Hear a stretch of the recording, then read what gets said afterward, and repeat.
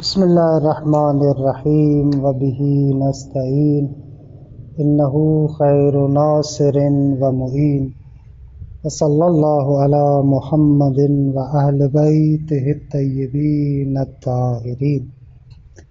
پروردگار عالم آپ تمام عزیزان کی توفیقات خیر میں اضافہ فرمائے۔ ہماری بحث خداوند متعال کے لطف و کرم سے مقصد رابع میں عام و خاص کے بارے میں تھی۔ مقصد رابع کی دوسری فصل کے بارے میں گفتگو تھی کہ عرض ہوا کہ اس فصل میں اس نقطے کو بیان کیا جا رہا ہے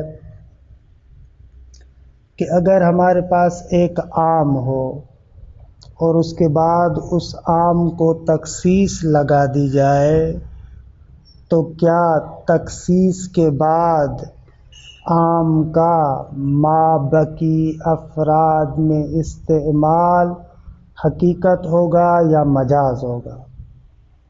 عرض ہوا کہ مختلف نظریات ہیں۔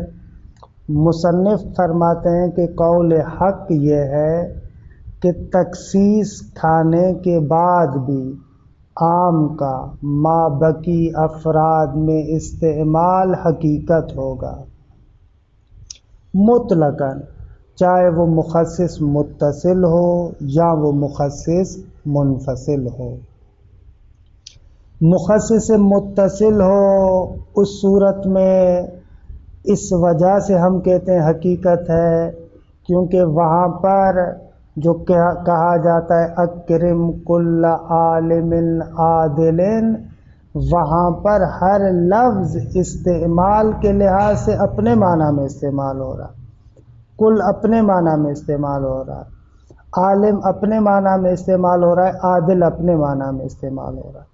لیکن ان تمام الفاظ کو جب آپس میں جوڑتے ہیں تو ہمارے سامنے ایک عام مخصص آتا ہے، وگرنہ لفظ خود اپنے معنی میں استعمال ہوا ہے کہ اس کو کہا جاتا ہے تعدد دال و مدلول۔ دلالت کرنے والے بھی متعدد ہیں، معنی بھی متعدد ہیں، جب ان کو آپس میں جوڑتے ہیں تو ایک خاص چیز سمجھ میں آتی ہے۔ یہ مخصص متصل کے بارے میں مصنف نے فرمایا۔ مخصص منفصل کے بارے میں بھی ایک نقطہ جو سمجھنے والا ہے وہ یہی ہے کہ مخصص منفصل میں بھی جو عام ہے وہ استعمال کے لحاظ سے اپنے عمومی معنی میں استعمال ہوتا ہے، لیکن ارادہ جدی متکلم کیا ہے وہ مخصص منفصل کے ذریعے سے پتہ چلتا ہے ہمیں۔ بس مخصص منفصل ارادہ جدی کو بیان کرتا ہے، وگرنہ ارادہ استعمالی کے اعتبار سے لفظ اپنے عام معنی میں استعمال ہوا ہے۔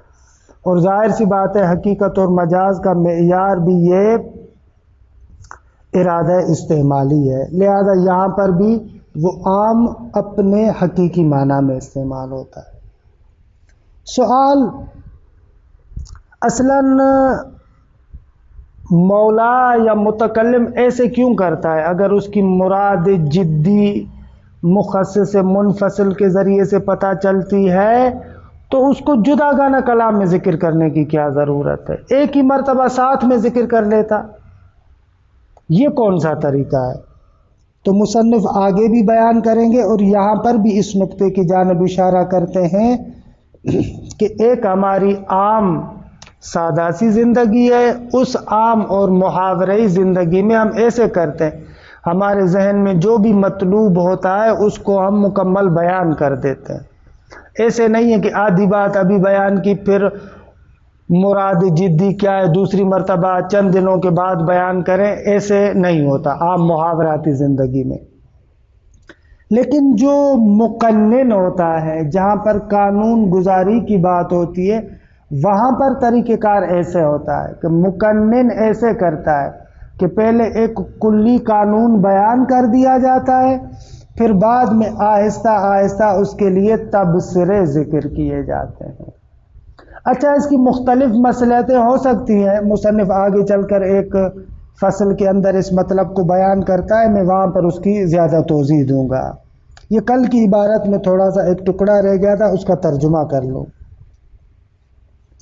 وَعَلَى ضَوْءِ ذَلِكَ ہمارے کتاب کے اعتبار سے 108 نمبر صفحہ، دوسری فصل، اس میں آخری سطر، وَعَلَى ضَوْءِ ذَلِكَ جو ہم نے بیان کیا اس کی روشنی میں سمجھ میں آتا ہے، یکفی للمکنن ان یلقی کلامہ بصورت عامۃ، فرماتے ہیں کہ یہ جو ہم نے مطالب ذکر کیے، ان مطالب کی بنا پر کافی ہے اس بندے کے لیے جو مقنن ہے یعنی قانون گزار ہے، وہ اپنے کلام کو ان یلقی کلامہ اپنے کلام کو القاء کرے، بیان کرے، بصورت عامۃ ایک عام صورت میں، یعنی عام طریقے سے کلام کو بیان کرے، کہ اکرم کل عالم وَيَسْتَعْمِلُ الْجُمْلَةَ فِي مَعْنَاهَا الْحَقِيقِي اور جملے کو اپنے حقیقی معنی میں استعمال کرے، یعنی عام لفظ کہا ہے اور اس جملے کو اسی معنی حقیقی میں استعمال کرے، من دون ان يستعملها في معنى مزيق وہاں پر جملے کو معنی مزیق میں استعمال نہ کرے، یعنی اکرم کل عالم یعنی کل عالم میں استعمال کرے، نہ ان کے اس کل عالم کو خصوصیت سے عالم عادل میں استعمال کرے، نہ عالم عادل میں، نہ شروع سے ہی عالم میں، کل عالم میں، ہر عالم میں اس کو استعمال کرے۔ ثم یشیر بدلیل مستقل اس کے بعد اشارہ کرے ایک مستقل دلیل کے ذریعے سے، الی ما لا تتعلق به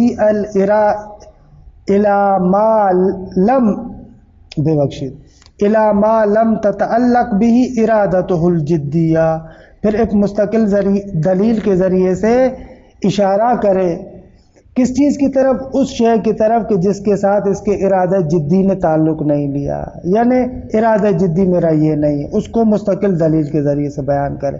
مثلا کالفاسق کہ لا تکرم الفاسق من العلماء، ایسے کہے۔ وَأَكْثَرُ الْمُخَصِّصَاتِ الْوَارِدَةِ فِي الشَّرْعِ مِنْ هَذَا الْقَبِيلِ اکثریت سے جو مخصصات ہیں شریعت کے اندر وارد ہوئے ہیں وہ اسی قبیل سے ہے، ایک عمومی قانون کو بیان کر دیا جاتا ہے، بعد میں مخصص منفصل کے ذریعے سے آ کر مراد جدی کو بیان کرتے ہیں۔ البتہ یہ طریقہ بھی کیوں اختیار کرتے ہیں اس کا بھی سر اور راز ہے، یا تو انشاءاللہ آگے کسی مناسبت سے ذکر کریں گے یا بعد والی کتابوں میں آپ پڑھیں گے۔ حیث نجد انہ سبحانہ کہ ہم دیکھتے ہیں کہ پروردگار عالم مثلا فرماتا ہے، یا ایھا الذین آمنوا اتقوا اللہ، اے ایمان والو تقوی اختیار کرو، وذروا ما بقی من الربا جو ربا میں سے کچھ بچ جاتا ہے یعنی ربا اس کو چھوڑ دو، تقوی اختیار کرو، وذروا ما بقی جو باقی رہ جاتا ہے اس کو چھوڑ دو۔ کیا باقی رہ جاتا ہے؟ من الربا، وہی ربا جو ربا وغیرہ ہے اس کو چھوڑ دو، ان کنتم مومنین اگر تم مومن ہو، یعنی تمہارے ایمان کا تقاضا یہ ہے۔ اب یہاں پر دیکھیں کلی طور پر مطلق طور پر ربا کو خدا کہہ رہا ہے ضرور ربا کو چھوڑ دو، لیکن جب سنت اور روایات میں آتے ہیں تو بعض روایات میں آپ دیکھتے ہیں سنت میں کہا جاتا ہے کہ باپ اور بیٹے کے درمیان ربا جائز ہے، یا میاں بیوی کے درمیان، شوہر اور بیوی کے درمیان ربا جائز ہے، حالانکہ یہ خاص ہے، اس خاص کے ذریعے سے ہم کیا کر رہے ہیں؟ اس عام کو تخصیص لگا رہے ہیں۔ ثم یرخص فی سنت شریفہ اور اس کے بعد سنت شریفہ میں ترخیص دی جاتی ہے، ویخصص اور تخصیص لگائی جاتی ہے حرمت الربا، ربا کی حرمت کو، کہتے ہیں کہ ربا حرام ہے مگر باپ اور بیٹے کے درمیان، وہاں پر جائز ہے، ربا حرام ہے مگر میاں بیوی کے درمیان، وہاں پر جائز ہے۔ اب یہ عام کہہ رہا تھا، آیت نے کلن کا وذروا ما بقی، جو بھی ربا ہے باپ بیٹے کے درمیان ہو، میاں بیوی کے درمیان ہو اور دوسروں کے درمیان ہو، جہاں پر بھی ربا ہے شریعت نے کہا کہ وہ جائز نہیں ہے، لیکن سنت نے کہا کہ نہ کلن جائز نہیں ہے مگر اس مورد میں جائز ہے۔ اچھا، اس کے بعد فصل سوم کہ یہ فصل گزشتہ فصل کا نتیجہ ہے، کہ گزشتہ فصل میں جو ہم نے مطالب بیان کیا اس کے فروعات اور ثمرات میں سے یہ فصل ہے. اس فصل میں کیا بیان ہو رہا ہے؟ اس فصل میں یہ مطلب ہے بالکل آسان. آپ کے پاس ایک عام ہے، مثلا مولا نے کہا اکرم العلماء، اس عام سے ایک خاص کو قطعاً خارج کر دیا گیا، کہ لا تکرم الفساق من العلماء، جو فاسق ہے ان کا اکرام نہ کرو. بس ایک عام ہے ایک خاص ہے، اس خاص کے بارے میں بھی آپ کو یقین ہے کہ مولا نے الحمدللہ اس خاص کے ذریعے سے تخصیص لگائی ہے، یہاں تک بالکل روشن ہے. لیکن ایک تیسری چیز کے بارے میں آپ کو شک ہو رہا ہے کہ آیا اس عام کو اس تیسرے خاص سے بھی تخصیص لگائی گئی ہے یا نہیں؟ یعنی آپ کو شک ہو رہا ہے کہ آیا مولا نے فقط اکرم العلماء سے فاسق علماء کو خارج کیا ہے یا نہ نحویوں کو بھی خارج کیا ہے؟ اس میں آپ کو شک ہو رہا ہے. آپ کو شک ہو رہا ہے کہ کہیں مولا نے یہ تو نہیں کہا لا تکرم النحاة من العلماء، جو نحوی ہیں ان کا اکرام نہ کرو. یہ بہت زیادہ تکبر میں ہوتے ہیں اور 2-3 اعراب کے مسائل کیا جان لیتے ہیں، ان کا دماغ خراب ہو جاتا ہے. مثلا من باب المثال، آیا مولا نے ایسے کہا ہے یا نہیں کہا؟ اب یہاں پر شک ہو رہا ہے. اب یہاں پر کیا کریں؟ مسئلے کی صورت سمجھ میں آئی؟ ایک عام ہے، اس عام سے ایک خاص تو قطعاً خارج ہے، لا تکرم الفساق من العلماء. لیکن دوسرے خاص کے بارے میں شک ہو رہا ہے کہ لا تکرم النحاة من العلماء، نحویوں کو بھی اس عام سے خارج کیا گیا ہے یا نہیں؟ اگر مشکوک و مخصص تو یہاں پر کیا کریں گے؟ آیا ان نحویوں کو اکرم العلماء میں داخل کریں گے، یعنی ان کا اکرام واجب ہوگا، یا نہ وہ عام ان مشکوک کو شامل نہیں ہوگا؟ جواب دیتے ہیں کہ گزشتہ مسئلے میں جب ہم نے کہا کہ عام اپنے عموم میں حقیقت ہے، جب عموم میں حقیقت ہے تو اس حقیقت سے فقط وہی فرد خارج ہوگا جس کے بارے میں ہمیں یقین ہے کہ مولا نے اس کو خارج کیا ہے. لیکن مشکوک الاخراج کہ آیا اس کو واقعا خارج کیا گیا ہے یا نہیں، وہ ابھی تک عام کے نیچے مندرج ہوگا، کیونکہ عام تو اس کو شامل ہے. جب عام اس کو شامل ہے تو وہ اسی کے نیچے مندرج ہوگا. یہ اس تیسری فصل کا خلاصہ. الفصل الثالث فتلخص، خلاصہ کیا ہوا؟ اگر عام کو تخصیص لگا دی جائے تو جو یقینی طور پر مخصص ہے جس کے بارے میں تخصیص لگائی گئی ہے وہ تو خارج ہے، اس کے علاوہ باقی جتنے افراد ہیں چاہے مشکوک ہو یا غیر مشکوک ہو سب عام کے نیچے مندرج ہوں گے. حجیت العام بالمخصص فی الباقی، کہتے ہیں کہ وہ جو عام میں مخصص ہے جس کو تخصیص لگا دی گئی ہے، تخصیص کے علاوہ باقی تمام موارد میں وہ حجت ہے. اذا ورد عام، کہتے ہیں کہ ایک عام آئے، وتبعہ تخصیص، اس کے پیچھے ایک تخصیص آئے، درست، ثم شککنا فی ورود تخصیص آخر علیہ، پھر تیسرے مرحلے میں ہم شک کرتے ہیں کہ اس پہلی تخصیص کے علاوہ آیا کوئی دوسری تخصیص بھی آئی ہے اس عام کے لیے یا نہیں. غیر ما علم، جو پہلی تخصیص ہے اس تخصیص کے علاوہ جو معلوم ہے اس کے علاوہ کوئی اور تخصیص بھی اس کے لیے وارد ہوئی ہے یا نہیں. فَهَلْ يَكُونُ الْعَامُ حُجَّةً فِي مَا شُكَّ خُرُوجُهُ عَنْهُ أَوْ لَا، تو پھر آیا عام حجت ہوگا فی ما شکا، اس دوسری تخصیص کے بارے میں کہ جو مشکوک ہے، فی ما ان چیزوں میں ان افراد میں کہ شک خروج ان ہو کہ مشکوک ہے ان کا خارج ہونا عام سے، حجت ہے اولا یا حجت نہیں ہے. وَهَذَا مَا يُعَبَّرُ عَنْهُ فِي الْكُتُبِ الْأُصُولِيَّةِ، کہتے ہیں اس بات کو علم اصول کی کتابوں میں تعبیر کیا جاتا ہے اس جملے کے ساتھ کہ هَلِ الْعَامُ الْمُخَصَّصُ حُجَّةٌ فِي الْبَاقِي أَوْ لَا، وہ عام کے جس کو تخصیص لگا دی گئی ہے وہ بقایا افراد میں حجت ہے یا نہیں ہے؟ مثال شرعی مثال دے رہے ہیں، ہم نے آپ کو عرفی مثال دی، مصنف شرعی مثال دے رہے ہیں۔ مثلا اذا ورد النص بحرمت الربا، اگر ایک نص آتی ہے، آیت یا روایت آتی ہے جو کہتی ہے کہ ربا حرام ہے، وحرم الربا یا وذروا ما بقی من الربا، کہ اگر نص کہتی ہے کہ ربا حرام ہے، سود حرام ہے، ثم علمنا بخروج الربا بین الوالد والولد ان تأتی العموم، اس کے بعد ہمیں علم ہو گیا، یقین ہو گیا کہ اس ربا کے حکم سے وہ ربا جو باپ اور بیٹے کے درمیان ہوتا ہے وہ خارج ہے، کیونکہ شارع نے آ کر سنت نے کہا لا ربا بین الوالد و ولد، باپ اور بیٹے کے درمیان ربا نہیں ہے، تو اس کے ذریعے سے قطعاً آ کر ہم نے اس کو تخصیص لگائی۔ بس باپ اور بیٹے کے درمیان ربا حرام نہیں ہے، کیونکہ خاص آیا ہے، اس خاص کے ذریعے سے ہم نے عام کو تخصیص لگائی۔ اچھا، وَشَكَكْنَا فِي خُرُوجِ سَائِرِ الْأَقْرَبِينَ، لیکن اب شک کرتے ہیں باپ اور بیٹے کے درمیان جو ربا ہے وہ تو حرمت ربا سے خارج ہے، لیکن بقایا دوسرے رشتہ داروں کے درمیان جو ربا ہوتا ہے آیا وہ بھی حرمت ربا سے خارج ہے یا نہیں؟ مثلا بھائی بھائی کو ربا دے، بھائی بہن کو ربا دے، آیا یہ بھی اس عام سے خارج ہے یا نہیں؟ یعنی یہ حرام ہے یا حرام نہیں ہے؟ ہمیں دوسرے رشتہ داروں کے بارے میں شک ہو رہا ہے۔ وَشَكَكْنَا فِي خُرُوجِ سَائِرِ الْأَقْرَبِينَ كَالْأَخِ وَالْأُخْتِ، بھائی اور بہن کے درمیان۔ فَهَلِ الْعَامِ یعنی ربا کی حرمت حجتٌ فی المشکوک، کہیں گے کہ نہ، بھائی اور بہن کے درمیان ربا کی حرمت کا جو عمومی حکم ہے وہ باقی ہے، او لا، یا وہ عموم اس مشکوک کو شامل نہیں ہوگا۔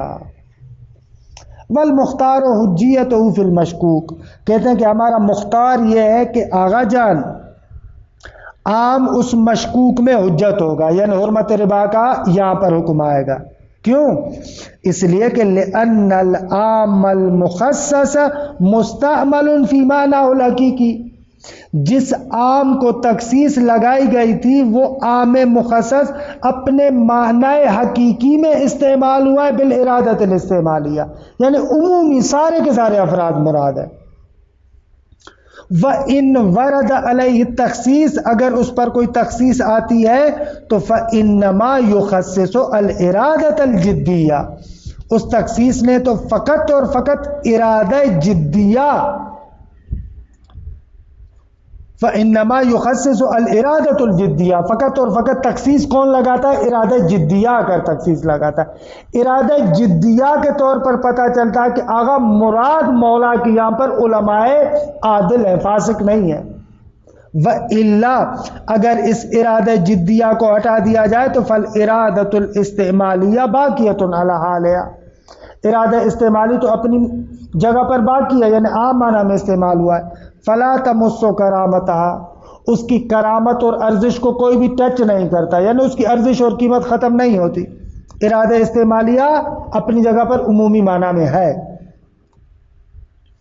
اور اصل عقلائی بھی یہی ہے۔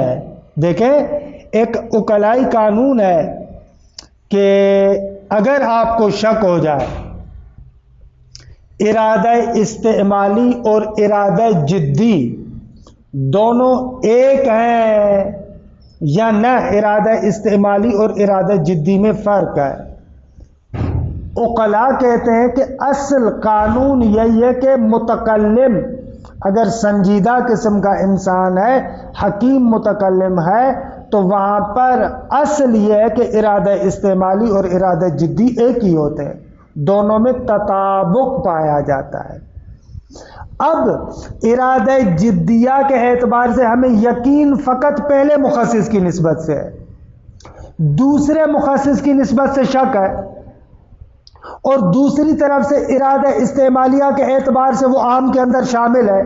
اب شک ہو رہا ہے کہ ارادہ جدیہ بھی ارادہ استعمالی کے مطابق ہے یا ارادہ استعمالی کے مطابق نہیں ہے، تو یہ قانون کہتا ہے کہ اصل دونوں ارادوں میں تطابق پایا جاتا ہے، لہذا وہ عام میں مشکوک بھی اس عام میں وہ جو مخصص مشکوک ہے وہ بھی عام مخصص کے نیچے مندرج ہوگا.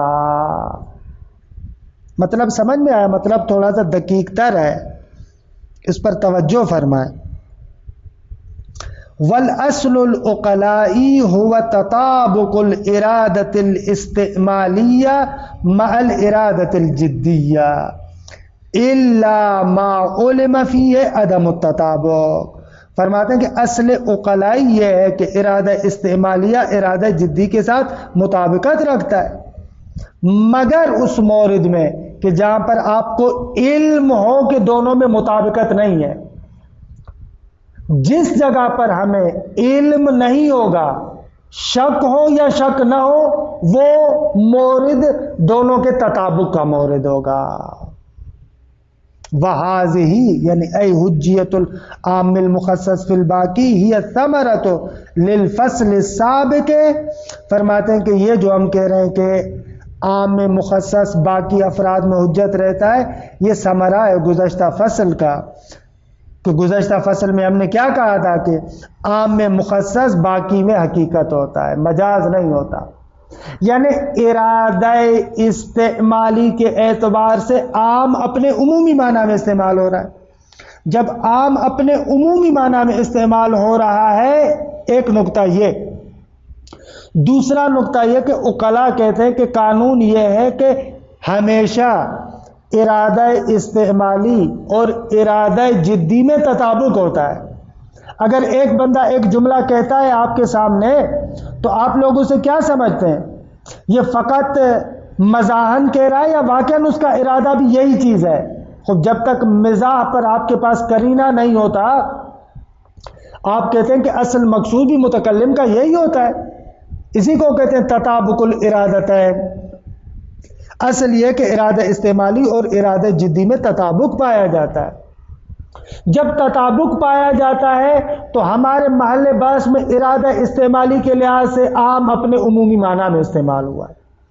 جو یقیناً خاص ہے وہ تو اس کے مورد سے نکل گیا، لیکن جس کے بارے میں شک ہو رہا ہے کہ وہ اس سے نکلا ہے یا نہیں نکلا، تو ہم کہہ رہے ہیں وہ ابھی تک اس عام کے نیچے مندرج ہے.